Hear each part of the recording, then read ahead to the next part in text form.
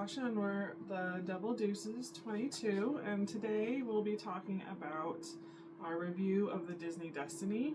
We had a 5-night itinerary, and our itinerary consisted of a sea day followed by Nassau, Bahamas, with Lookout Key, and then another sea day, and then, of course, the embarkation day. And so the first thing I'm going to talk about in our cruise is our day that we arrived was very late at night, and so we didn't really get a chance to do much. And we stayed at the Hyatt Place in Plantation, and that was a nice hotel. I'd probably rank it 6, maybe 7 out of 10. The hotel was nice. There wasn't any spectacular amenities. It did have free breakfast, so that makes it a little bit higher, and we just didn't get a chance to fully enjoy it, so that's why it's ranked a little bit lower. But you know, the bathroom and the beds were great. They were pretty comfortable, and the breakfast was just like continental style breakfast. We did have free parking because we had a rental car, so that was nice. We didn't have to worry about that, and we had late checkout since we were Hyatt members, and so we did get to leave when we wanted to, so that also ranks it a little bit higher as well. And so then on our full day when we were in Fort Lauderdale, after we woke up and left the hotel, we went to the outlet mall there. I think it's considered an outlet mall. It's Sawgrass Mills mall there, and they have a Disney Character Warehouse store. So we checked that out to see what it was like. Prices were, that's why I wasn't sure if I'd call it an outlet mall. The prices were comparable to any other probably Disney type store, and it was kind of a smaller selection of stuff to choose from. The Disney Cruise Line selection in the store was pretty small. It was probably confined to, say, like a typical dresser size area in the store. So I didn't buy anything there simply because I had some souvenirs and merch in mind that was actually on the Disney Destiny ship. But I did want to check it out and see what that area was like. There's lots of stores there at the mall if you wanted to shop or get anything else that you may have forgotten. In that same mall, there is also a Target, so we did go there for any last minute stuff you might want to get, like snacks or stuff you might have forgotten, or alcohol, because you can bring on 2 bottles of wine if you would like, or a 6 bottles or cans of beer if you would rather do that. So that's also an option as well. And always check out when you're in Target the clearance or sale area if you're interested in saving some money there. So that does help in having to spend as much on the ship. Make sure you are, if you decide to go that route, make sure you're carrying it onto the ship with you in your carry-on, in either a rolling carry-on or something that goes on your shoulder. Probably a rolling carry-on would be better, so as not, ruin your shoulders or back. Once we were done there, we actually went and checked into our next hotel at the Hilton Marina we stayed there because of the Disney Cruise Line transportation. And that was a nice hotel. I'd actually probably rank that quality-wise maybe a notch above the Hyatt Place. And that's simply because you're on the water, so you have a great view of, the port and the area. And the pool seemed a little bit nicer as well. We didn't get a chance to use the pool. We probably could have if we wanted to, but we knew it'd be doing a lot of water stuff on the ship and on the beaches when we were visiting the islands. The Hilton Marina does have a restaurant on property, and then they have like a grab-and-go type place. So when you're there, if you're needing a quick snack or wanting to get room service, that is an option. So we did end up doing that for the following morning, but I'll talk more on that here in a moment. I'm going to talk more about the Hilton Marina here. I unfortunately did not get a video of the Hilton Marina, and that's simply just because I forgot. We got so busy in the normal stuff of vacation that's going on So once we checked in there, I immediately went straight to the Disney Cruise Line transportation, which is, well, just to the right of the lobby, the check-in area, and then to the right again. So you go into this area where the elevators are, and then it's to the right of the elevators. There's a little table there, and you just give them your name and how many suitcases that they will be taking from your room. And typically you'll want to drop those off, or not drop them off, sorry. You'll want to have them ready, zipped up, to go at 8 o'clock in the morning, the next morning. And then they just take those from you, and then you don't see them again until you're on the ship around, usually it's between 1 and 2. And so that makes it nice because it's less hassle and things you have to worry about. If you don't know exactly how many suitcases you're going to drop off, you can let them know once you decide later. Just make sure you're doing it before 8 o'clock in the next morning. So they did give that to me as an option because I wasn't sure, if we were gonna have them take a backpack or something like that. So once we did that, we then went and checked out our room and to see what it was like. And the rooms were pretty nice. I would probably compare it to any other Hilton. I know some people give it a bad rep. They say it's not super clean, or the staff wasn't super friendly, but we didn't have any problems. I don't know what people are complaining about. At least our area was nice. We were on floor 3, so our view wasn't the greatest, but we could still see. We had a balcony, and we could still see the port from our room. If you're higher up and you want a better view, I highly suggest that. We didn't really request higher up, but we still had a nice room, and it seemed to do, out of 5 people, we all seemed to be fine with it. So then after we checked out our room, we did not eat lunch, so then we went off and we had an early dinner. Highly suggest, if you've never been or enjoy trying something different, going to where we did. It's called 15th Street Fisheries. They have a wide selection of choices on their menu, from American to seafood and some Italian like pastas. I would rank their food probably like a 7 or an 8. So it's not like the best food ever, but it's more for the views and the environment. If you like to stare at the water. The only problem is, since you are on the water there, it can get a little bit chilly, especially at night. So I would highly suggest bringing a jacket or a hoodie or a cardigan, something to prevent you from getting cold, especially if you choose to sit outside. When you're there, there is an option. There are fish that swim right up to the dock.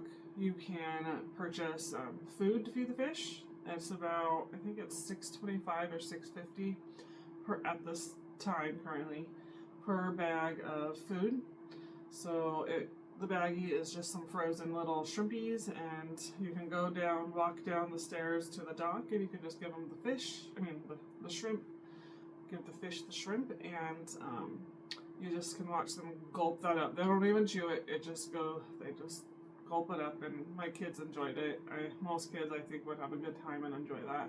There's lots of fish there, and they range from little ones all the way to big size ones. So it's fun to see that if you've never done something like that before. And then from there, we thought we'd try out a highly recommended ice cream place nearby called Jackson's.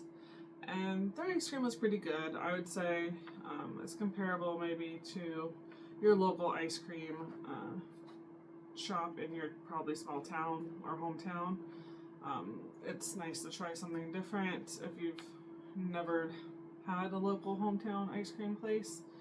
They have a huge variety to choose from, not just flavors, but sundaes, milkshakes. I think they offered, what's the other one that's like a milkshake? I'm spacing on the name right now. I think they even had custard. But anyways, they had lots of choices. It can get a little bit pricey, so one way where you could try to save some money if you would like would be to split it or share it with a family member, which is what we did.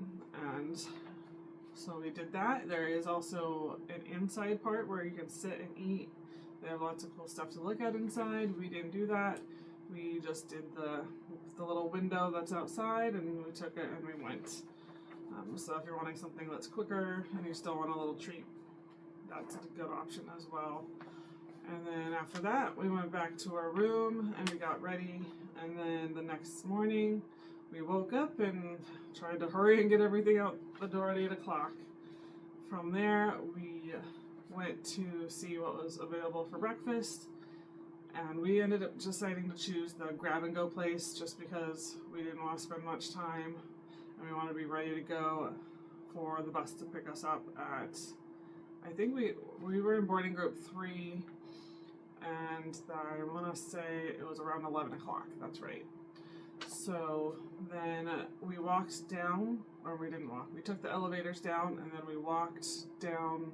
It's a long hallway, so when you get out of the elevators, you're going to make, depending on which side you're coming out of, you'll go closer to the water, and then you're going to take that hallway all the way down till you cannot go any further, and then you're going to make a right. And then from there's going to be a couple conference rooms. Now, if the Dream is docked at Fort Lauderdale, then you'll see 2 different conference rooms going. Make sure you're checking the sign and you're going into the right room.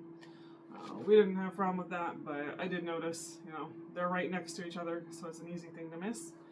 Once you're in that conference room, you'll see characters spread out on the walls, and you'll follow whatever they gave you for the character, and you'll stand in that little area until they call your character.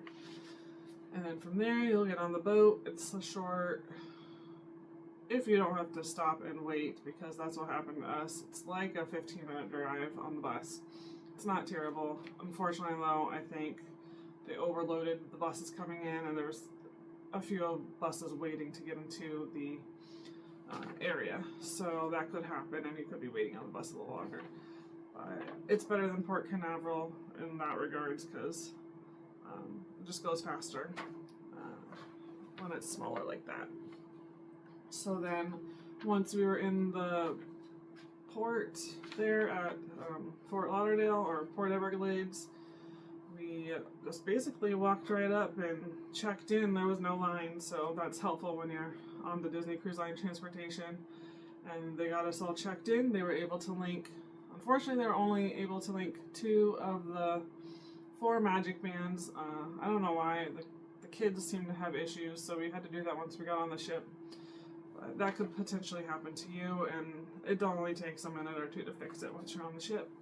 And then we headed all the way up through, and you go up the stairs and you get through the gangway, and then they ask for your family name. You can give them any name you want. It's really up to you. If you have multiple families, you can give them both family names.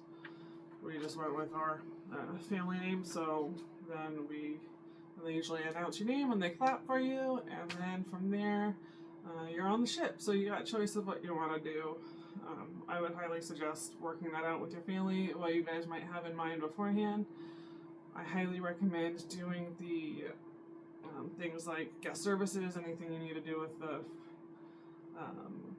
photography. That might not be open yet, but if they are, I'd knock that out too. So we got that done first, and then we went to lunch. So you can't always do lunch first and then do that. The only issue is a lot of people might be doing that, so you might be waiting in line. Once we decided on where we were eating for lunch, we actually split up. I highly recommend, if you've never done Embarkation Day lunch in a restaurant on Disney Cruise Line, to sit down in the restaurant and not do the buffet. It was nice not having to hear a lot of noise and chaos after the stress of the early morning. Currently on the Destiny, it's the Pride Lands restaurant, and so it's cool to see that during the daytime because it's a different vibe. It doesn't have all the special lighting effects, but you can see the details a little bit better, and there's a special, Embarkation Day menu and choices to look at there. So me and my youngest son, Lawson, we did that. So it was some quality time we got to spend together. So the rest of my family, they decided to do the buffet. They actually said the buffet wasn't too busy. So if you want to try the buffet, give it a shot. But I mean, a lot of people do the buffet for the rest of the cruise. So that's why I wanted to try something different. And I would then recommend after that point to check out the open houses for the kids clubs if you have kids, or even if you don't, because they're pretty cool to see. And I know between the different size ships, the kids clubs are different, so that was fun to see the changes from the fantasy to the wish class ships. Lots of things for the kids to do. And then we also checked out the Edge Club for Xavier, our oldest. And unfortunately the Edge Club is pretty small, so there's not a whole lot to do and see there, but it is worth a check out, so at least then you know where you're going if you have kids in different clubs. And then after that, the day goes pretty quickly.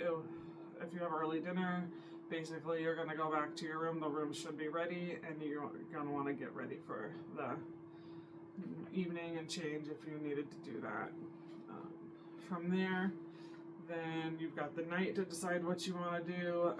Our first night was Seize the Adventure. I think that's pretty common on the first night to have that.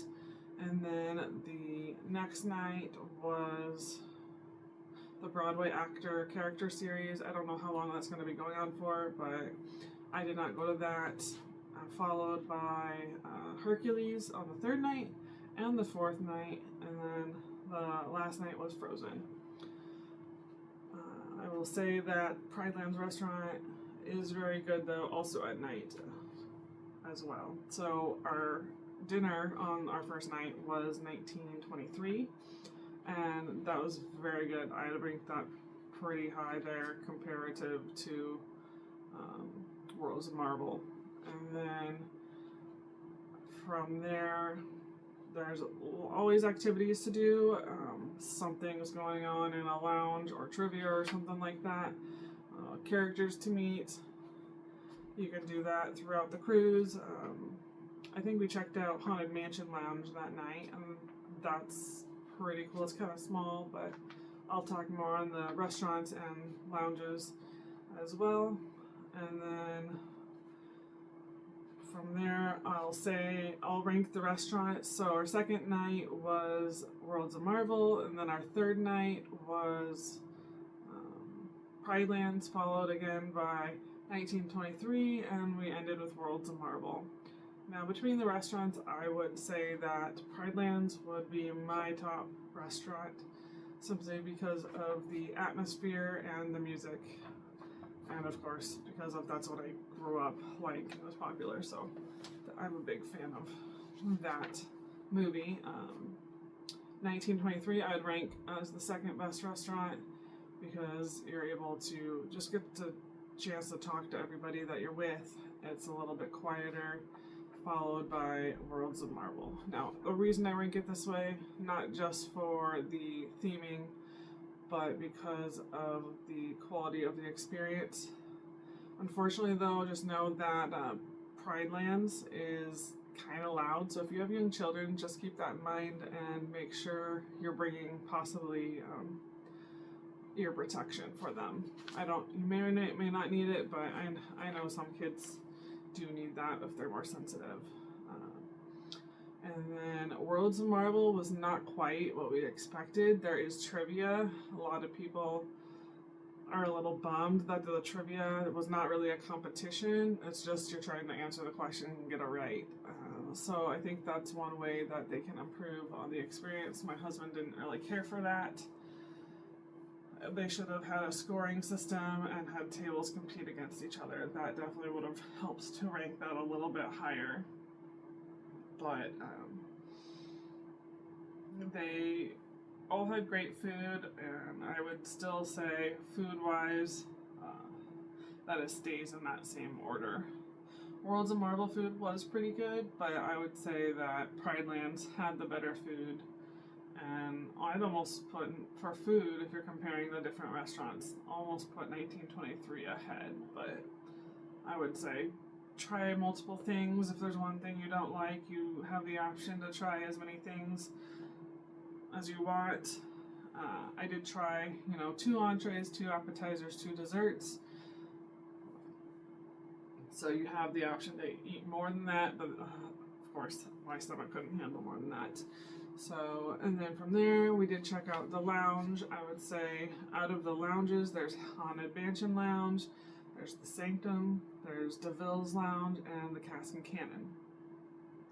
Now, for experience and theming, I rank Haunted Mansion the highest, followed by DeVille's, with then Cask and Cannon and Sanctum being last. We did check out all of them. Mainly the theming is top notch in the Haunted Mansion. There's a lot to look at, and it's like a 30-minute plus show of the lighting and stuff that happens within the mirror there. And then if you're just ranking it though on the drinks, I'd probably put DeVille's ahead, just because they have a lot more specialty drinks that interested me. Now, between the different lounges though, they all are kind of more a sweet, fruitier type drink. So if you don't like that, I do highly suggest asking the bartender for something else that might interest you. They are usually pretty good at giving you recommendations. Otherwise, some of the drinks are pretty cool for just like a display type thing. Some of them have bubbles on them, some of them have smoke effects, some of them levitate. That would be the Sanctum Lounge. So there's a lot of good options. I did try at least one drink from each one, so I would rank them still in that order. Customer service. I've never had a problem on either of the ships we've been on. I would rank probably, if I had to compare the customer service experience, maybe Destiny, just slightly above Fantasy. But we've only done 2 ships, so hopefully we'll get to try more.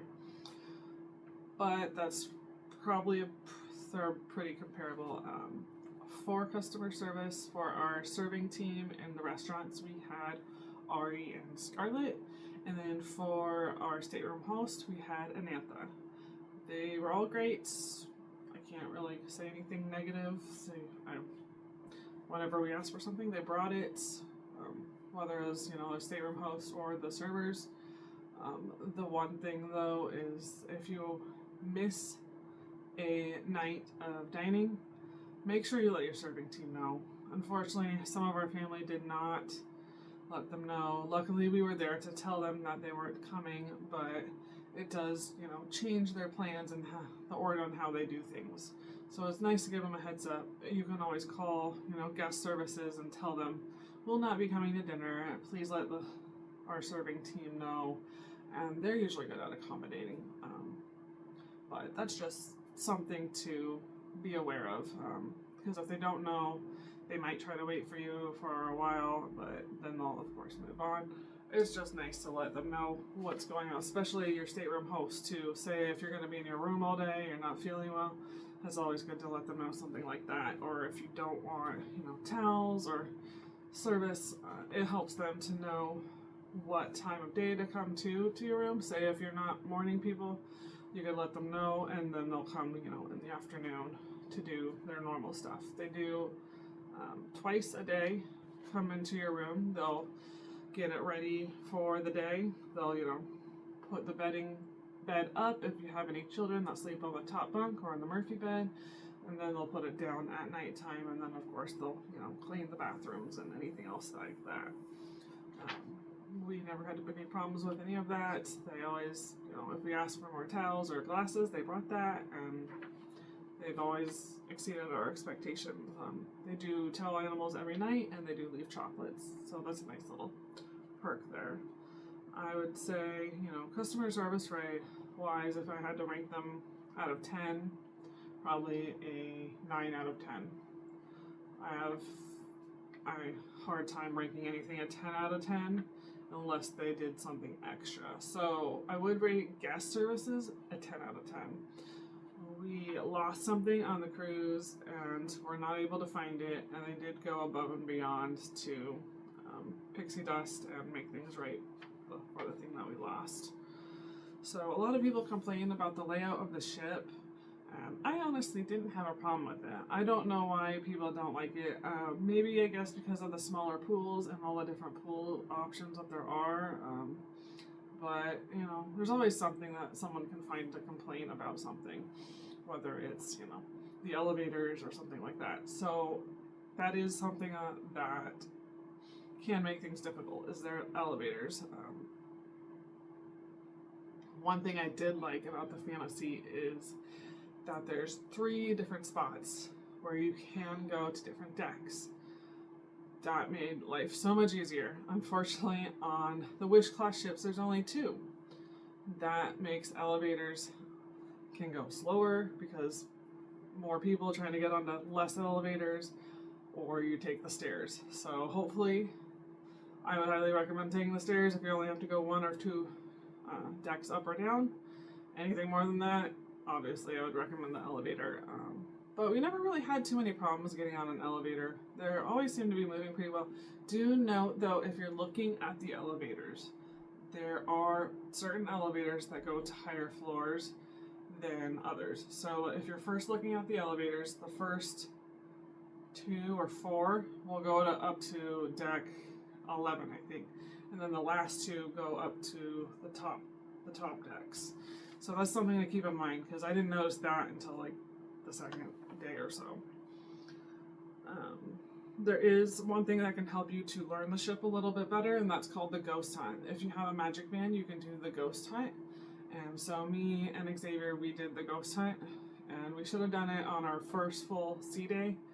We started it, but we just didn't have time. So I highly recommend doing that as soon as you can, because there are 10 different ghosts. 10. Sorry, I only put one hand up. So 10 ghosts. That means you're moving from one side of the ship to the other 10 times. So if the elevators are mid, you're moving from aft to forward within mid 10 times. So it's a lot of steps. If you're not prepared for that or not wearing the right shoes, I highly recommend bringing some tennis shoes and wearing those when you're going to do the ghost hunt. I didn't wear tennis shoes. I didn't want to on the ship. I should have though. Highly recommend it. Your feet will hurt. If you are doing lots of pixie dusting or the ghost hunt, highly recommend wearing shoes for those 2 things alone. Then from there, to get to the water slide is on the technically 12th or 13th deck. So keep that in mind when you're taking the elevator, because it's on a higher deck, or if you're going to take the stairs, that's fine too. The water slide is probably one of the more fun things to do on the ship. We enjoyed it. I did it at least once every day, and the storyline does change every day, so keep that in mind.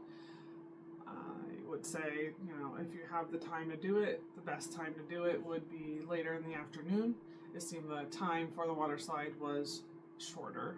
Not as many people were waiting to go on because people were getting ready for dining time. I would say though, the water slide is better on the Fantasy. I did like the storyline and how the storyline changed, the little Mickey and Minnie story, but I liked the length of the actual, when you're getting rushed through the water, better on the Fantasy, and then at night, how it lights up. I didn't get a chance to do it at night this time, but I do highly recommend trying to do it at night if you can, because it's a totally different experience. So from there, since you're on the top deck, the food is really great. If you have a chance to get a snack or have lunch up there, I highly recommend it. There's Marceline Market, and then there's also the Festival of Foods. Marceline Market is going to be the buffet style, and then you've got the Festival of Foods, which is going to range from the cantina, which is Mexican, to barbecue and American food, and then you got also the pizza and ice cream and the soda on there. So all a good variety. I tried everything but the American food, or no, I did try the American. I tried everything but the barbecue. I've heard the barbecue was good though. My family did try that. So if I had to rank them, I would rank, I'm a big Mexican fan, so I'd probably rank that the highest, followed by then the American, and then I didn't get a chance to try the pizza either. So we'll have to go back, at least on one of the Wish class ships, to try the food that I missed. But between the two I tried, I'd rank the Mexican above the American food. And then for room service food, though, the unfortunate thing with the room service food is that their food is good, but the how should I say it? The food is great when they bring it all. Let's just start with that. The food is great, but there was issues getting it. I don't know if it's because it's a new ship, their communication between the kitchen and the order that you're taking, but 2 out of the 3 times they forgot a good chunk or half of the food that we ordered. So keep that in mind. Expect there to be delays or to not get your whole order right the first time. And just give them a call if you forgot something, and then they'll bring it out. I do recommend tipping though, both times, because they're still going out of their way to bring it to you. Food quality for the room service food, I'd probably rank that maybe just slightly below the Festival of Foods, but that's only because it's more limited option for food choices. We did try the wings, the flatbread pizza, and the breakfast food, and the chocolate cake. I would say everything I had was great. And the chicken tenders. But, we only got the chicken tenders because they brought that instead of the wings. So keep that in mind. You might get your order close, and it might be good enough. It really depends on if you want to go through the extra effort to get exactly what you ordered or not. I'd rank that probably a 7 out of 10. And Festival of Foods probably an 8 out of 10. The other food that's available is Edna a la Mode, and they have a bunch of great ice cream choices and other types of dessert, but you know that everything there comes at a cost, so you have to pay in addition. The one thing that we did get from there is the sundae that comes in Jack Jack's car. That was pretty cool to see, and you get to keep the little card for yourself. It was around $12 to $13. If you're going to get that, make sure the person that's eating it does not get dessert, because I should have tried to stop my youngest son Lawson from eating dessert because he didn't hardly touch it. But at least the rest of us wanted to eat it, and it all tasted good. So do note that it's a reasonable price, I would say. I would rank that as comparative to any other type of sundae that you would order. Probably, maybe a bit above mid, because you get to pick up to 5 or 6 toppings. Now, from there, since that's a purchasable item, I'll discuss the merchandise on board. They do have a huge selection of merchandise that you can get. I would say if you have anything that you're eyeing or wanting to get it as soon as you can. They can run out of things. One thing that came out like a week before we got on the ship was the Eevee towel animal, and the day we got on the ship, before you even had a chance to buy it, the Eevee towel animal was sold out. So that is why I recommend buying something right when you see it or you want it, because stuff like that can happen. I will hopefully do a merch video soon. If you want to see that, let us know. I don't plan to, but I know some people like to see the merchandise that people buy. And then on Lookout Cay, they do have special merch that you can buy as well that's specific to Lookout Cay. So if you're wanting something like that, I highly recommend getting it when you're there. And then also, when it comes to checking out different things to do on Lookout Cay, they do have lots of activities and excursions. You don't have to do them though, the beach is free, so we just did that. And then of course the food on the island is included in the cost as well.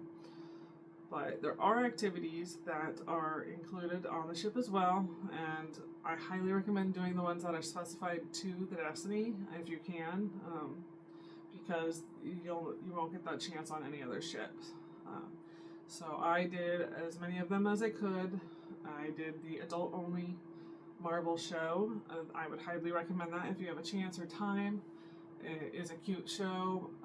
I don't know if I'd say cute, I guess is the right word.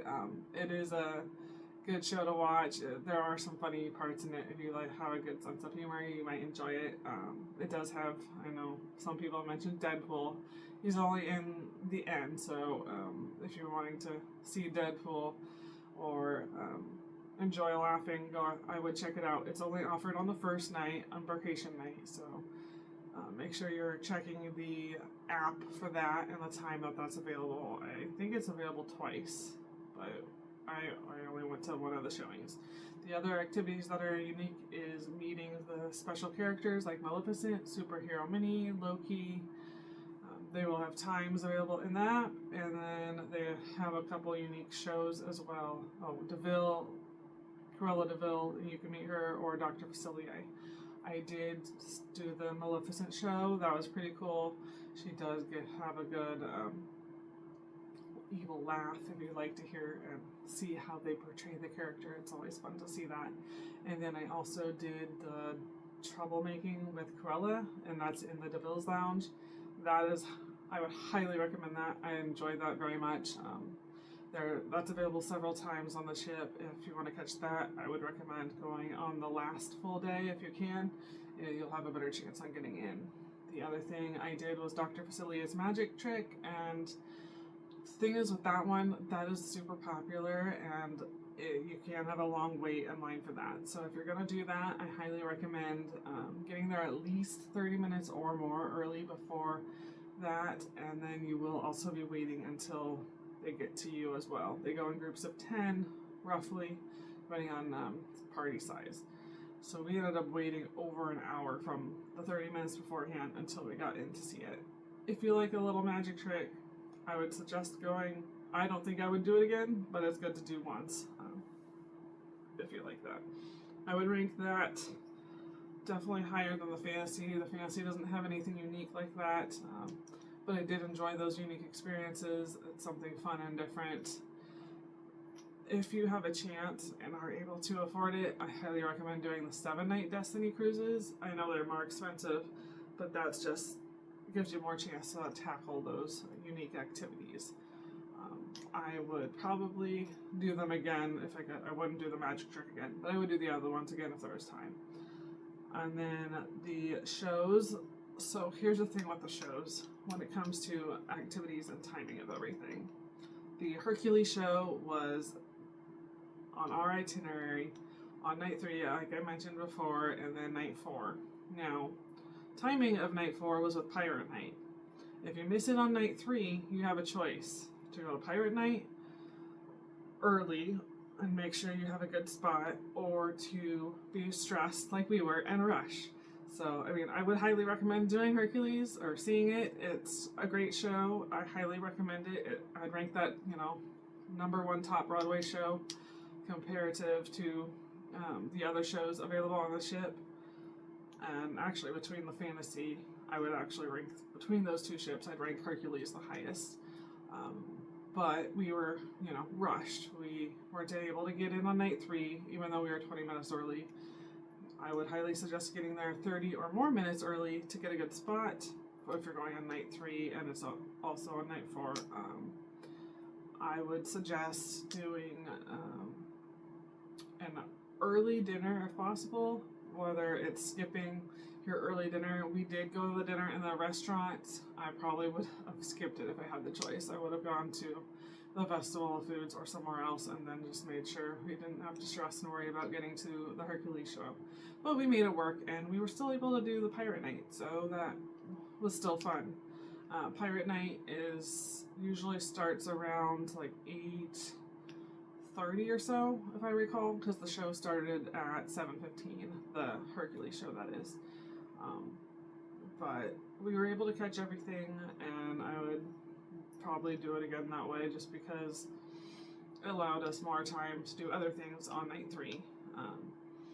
I would say between the 3 shows that I went to on the Destiny, I would rank Hercules at the top, followed by Seas of the Adventure, and then we didn't go to Frozen, I guess, so I only went to the 2 shows, but Frozen I would rank 3rd.